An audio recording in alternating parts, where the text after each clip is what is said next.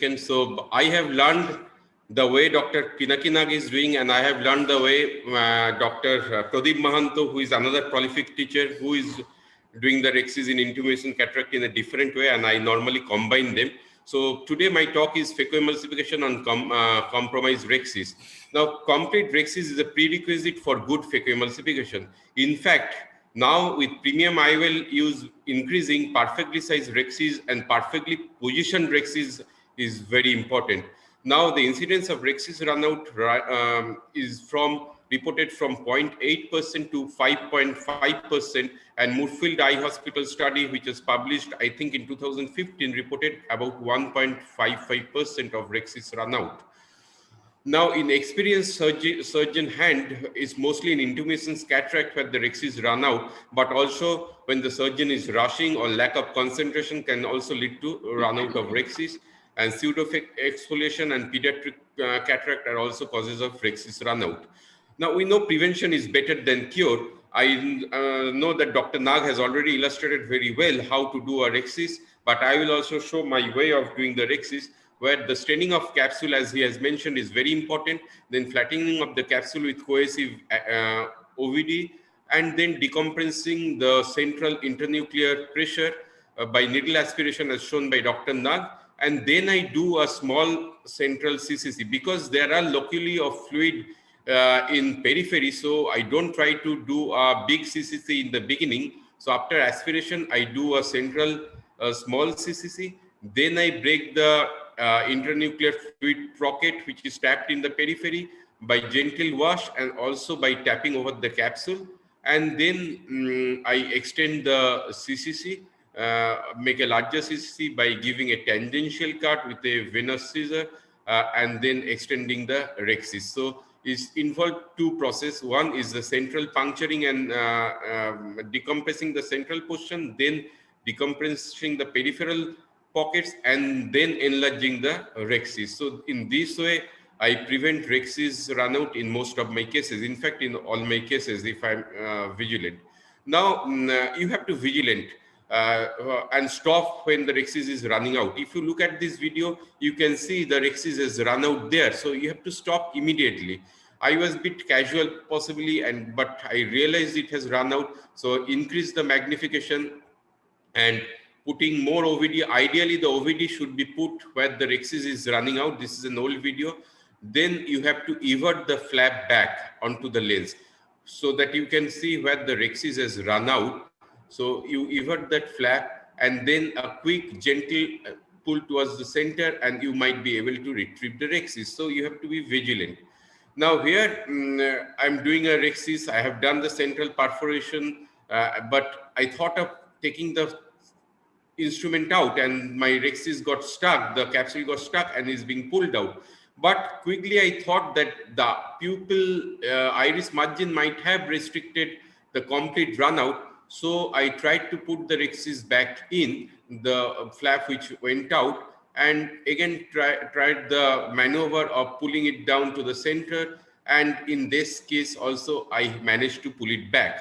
But you are not so lucky in each and every cases. So if the Rexis has run out and you have not managed to pull it back, then whether to continue with phaco or to convert depends on the surgeon expertise, depends on the grade of the nucleus, depends on the comorbidity such as any corneal problem. And also we have to think about what plane of emulsification we'll be using, whether it will be in the back, which might be difficult in these situations. Probably the better option is iris plane or anterior chamber. If you're doing the phaco in the anterior chamber, then don't forget to use good cohesive OVDs. And also you have to think about whether to place the IOL in the bag or in the sulcus, depending upon the tear or the end result after the phaco.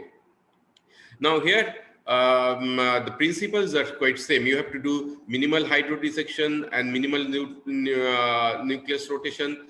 Here I have done the staining of the capsule, but after putting the OVD, you can see the staining was not good. So my mistake was not to restain that. Now I have done the central decompression as I have discussed in the needle, with the needle, getting good fluid out. But my second mistake was not to do the second small CCC as I normally do. I tried to do the larger CCC in the same go, and because of the poor visibility and poor staining, the Rexis has run out here.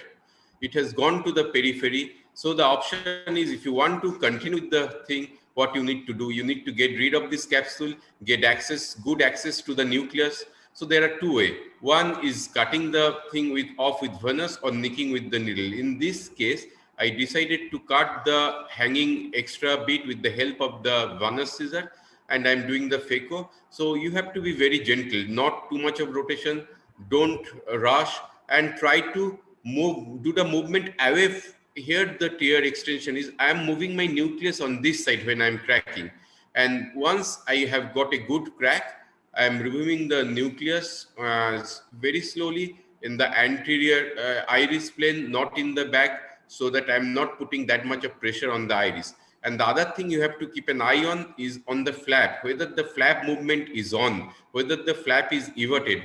As Dr. Rohit Omprakash has said, if the flap is everted and is fluttering, most likely you are not getting a wraparound tear, which is not extending to the posterior capsule. On the other hand, if the flap is inverted, if it's taut and not fluttering, then the chances of the Rexis getting wraparound and extending to the posterior capsule is there. So gentle phacoemulsification, use of good cohesive and slow phaco in their anterior plane, and keeping a vigilant eye onto the Rexis is very important. And you always have to have plan B. So if anything goes wrong, you have to convert it to a SICS or extracapsular according to your expertise. And you also have to keep an eye whether the vitreous is prolapsing from the extension. So in this case, I managed to cut the extended Rexis with the venous scissor, managed to do the phaco, managed to implant the IOL in the bag. You can see the Rexis run out in this area, but I have placed the haptic away from the run out, so it will stay quite nicely for long times to come. In my next case here, the Rexis has run out in a difficult position, is almost below my incision. So it is very difficult to cut the flap. I initially tried to retrieve it with, but because of the difficult position, it wasn't possible. And it is very difficult to cut the flap away with the venous scissor in this situation. Here you can see I'm trying to retrieve the Rexis, but unfortunately, actually, I am making it worse because the pull direction is not well. So I thought about giving a nick to the other side and decided to bring tear the capsule from the other side and save the Rexis as much as possible, though it has gone out at about 12 o'clock position. Here it has gone out. And to get good access, I give another nick to extend the good portion of the Rexis to a little bit more, so that there is no strain on the capsule or the capsular bag when I'm doing the phaco. Once this is done, because it's a soft cataract, I decided to do a gentle hydrodissection and gentle hydrodelineation because these are quite sticky, but don't put too much of fluid. And now again, minimal rotation or slow rotation. You can see I am using both the dialer and my phaco tip to do dual rotation so that zonule are not getting pressed. And then once the chop is done, I take away each quadrant very gently. Don't rush in these situations, and use low phaco parameters and try to maintain the chamber as much as possible. So here you can see the cataract is quite soft. So I am managing to get the nucleus out without disturbing the extended area of the Rexis. And once the nucleus is out, you have to do a IA.